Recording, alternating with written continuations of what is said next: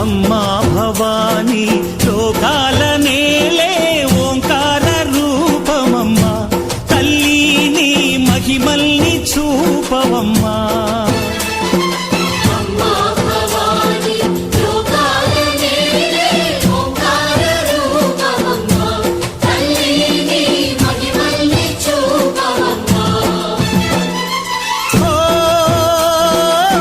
సృష్టికే దీపమా, శక్తికే మూలమా, సింహరథమే నీదమ్మా.